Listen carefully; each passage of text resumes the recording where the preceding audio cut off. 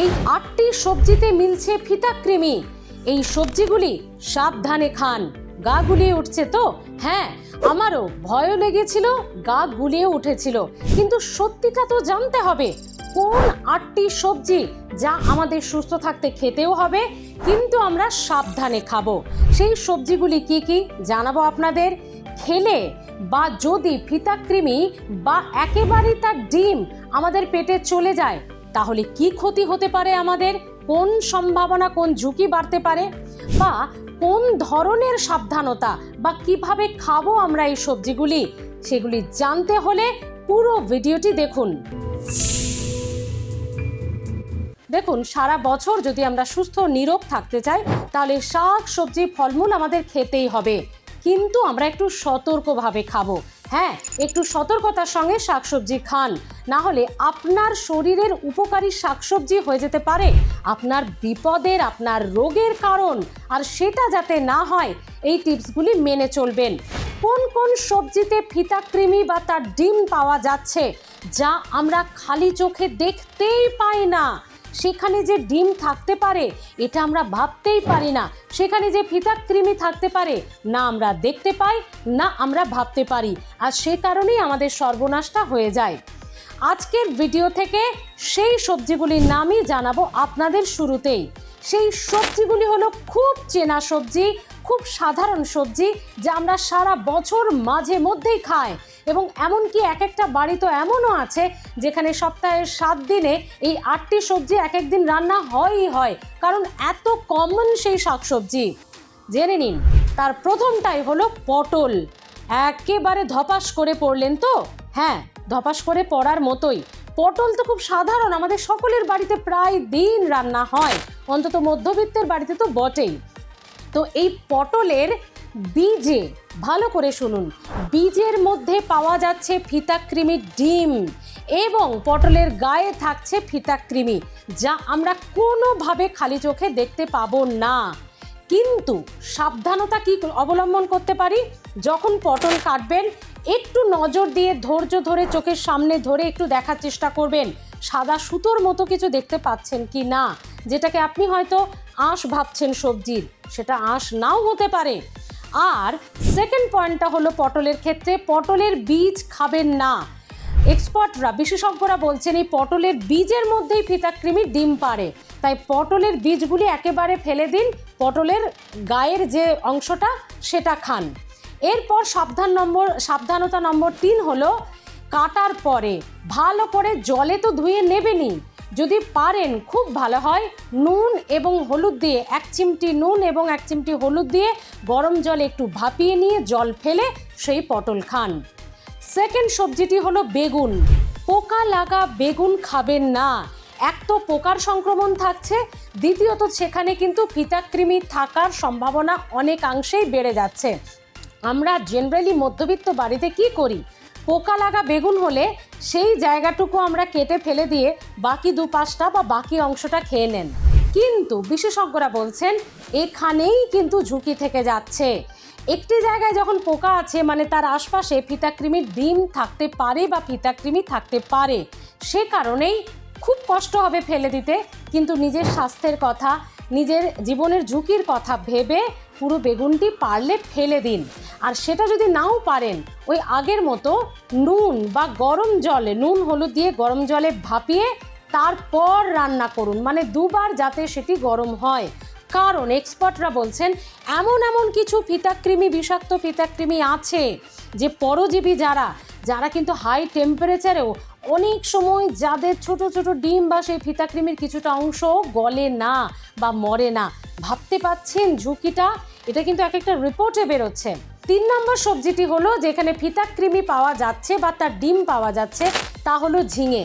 ঝিঙের তরকারি মধ্যবিত্ত বাড়িতে হয়েই থাকে। সব থেকে বড় কথা হচ্ছে ঝিঙে পোস্ত খেতে আমরা অনেকেই ভালোবাসি।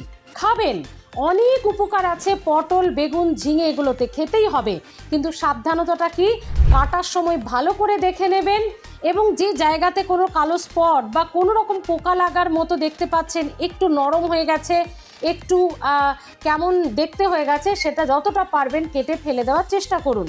এবং অবশ্যই ভালো করে প্রথমে জলে ধুয়ে নিন, তারপর আবারও একইভাবে নুন হলুদের জলে একটু ভাপিয়ে চাপা দিয়ে রাখুন। সেই জলটি ভালো করে পরিষ্কার করে ফেলে তারপর আরেকবার ধুয়ে তারপর রান্না করুন।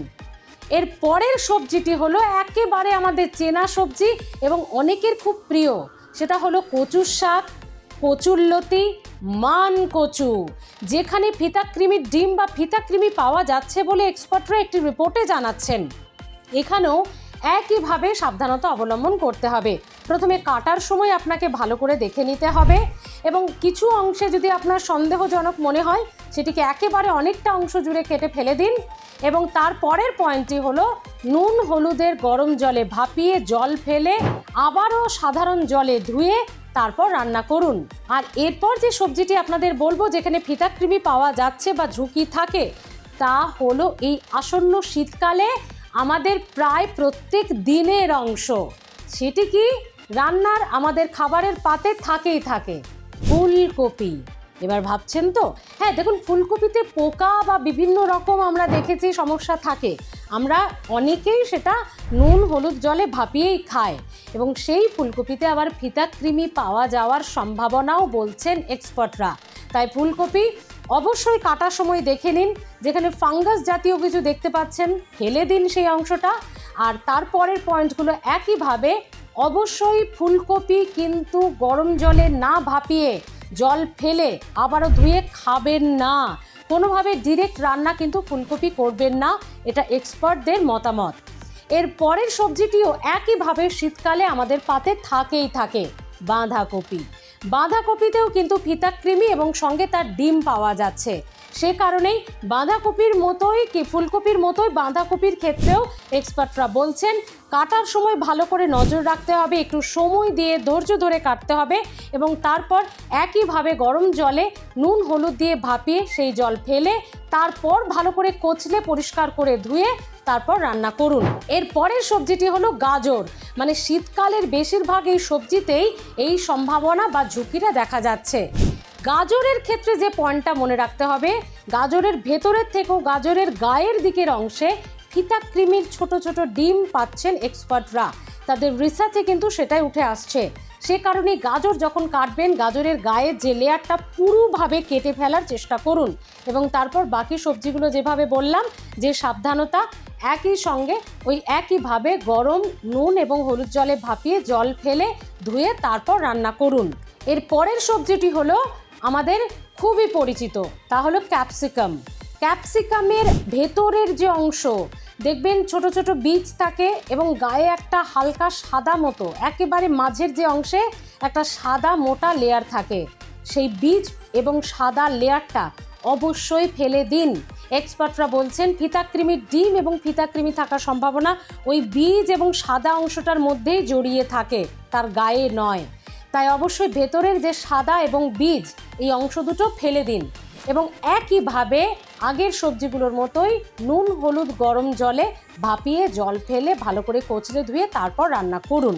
তো বন্ধুরা, এই 8টি সবজি, এবার আপনাদেরকে বলবো যে এই 8টি সবজির সব থেকে গুরুত্বপূর্ণ হলো অনেকেই আমরা কাঁচা খাই। আজ থেকে এই 8টি সবজি কাঁচা খাবেন না। আমরা স্যালাডে বলুন বা চাউমিন নুডলসের সঙ্গে বলুন, অনেকেই এগুলো ওপরে কাঁচা ছড়িয়ে খায় বা খেতে ভালোবাসি। সুস্বাস্থ্যের জন্য, নিজের নিরাপদের জন্য এই 8টি সবজির কোনোটি যদি কাঁচা না খান তাহলেই ভালো। আর এই সম্ভাবনাটা আপনারা অনেকেই ভিডিও দেখে বলবেন আগে তো হতো না, তাহলে জানিয়ে রাখি এটা কেন বেশি হচ্ছে।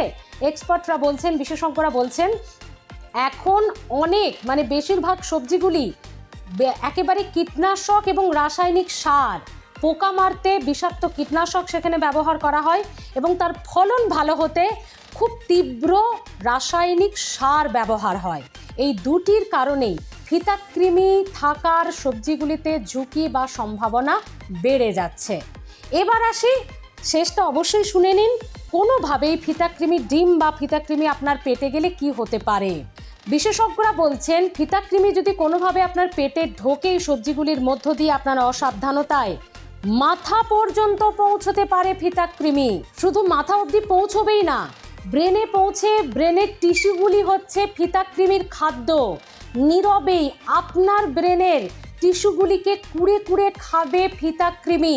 এবং এমন অনেক পেশেন্টেরই কিন্তু ধরা পড়ছে যাদের অসহ্য মাথা ব্যথা, কোনো ওষুধে ব্যথা ঠিক হচ্ছে না, অনেক টেস্টেও কিছু ধরা পড়ছে না, অনেক সময় পরে মানে অনেকটা সময় অতিবাহিত, অনেক ক্ষতি হয়ে যাওয়ার পরে জানা যাচ্ছে ফিতাকৃমি মাথায় উঠেছে। দেখুন, এটা আমাদের স্বচক্ষে তো দেখা নয়, বিভিন্ন রিপোর্ট বা বিভিন্ন স্টাডি মেটেরিয়াল পড়ে এই রিপোর্টটা আপনাদের সামনে তুলে ধরছি। এবং সঙ্গে যেটা হতে পারে লিভারের প্রবলেম, পেট খারাপ, বমি, পেটে নানান রকম সংক্রমণ, এই এতগুলো গুরুত্বপূর্ণ সমস্যা বা গুরুতর সমস্যা কিন্তু ফিতাকৃমি কোনোভাবে আপনার পেটে গেলে বা আপনার পেটে তার ডিম পৌঁছলে হতে পারে। আর ফিতাকৃমি যদি পেটে কোনোভাবে পৌঁছয় তাহলে জানবেন তারা পরজীবী এবং আপনার পেটেই সে ডিম পারবে। মানে শুধু একটি ফিতাকৃমি ঢুকে গেল আপনার পেটে এমনটা কিন্তু নয়, সে আপনার পেটে দিনের পর দিন ডিম পেড়ে আরও সমস্যা জটিল থেকে জটিলতর করে একেবারে প্রাণঘাতীয় তৈরি হয়ে যেতে পারে। তাই আজ থেকে বন্ধুরা এই টিপসগুলি ফলো করুন। রান্না করার শাকসবজি খেতেই হবে প্লিজ। আজকের এই ভিডিও দেখার পর এই 8টি সবজি আপনারা খাওয়া বন্ধ করে দিলেন এমনটা নয়।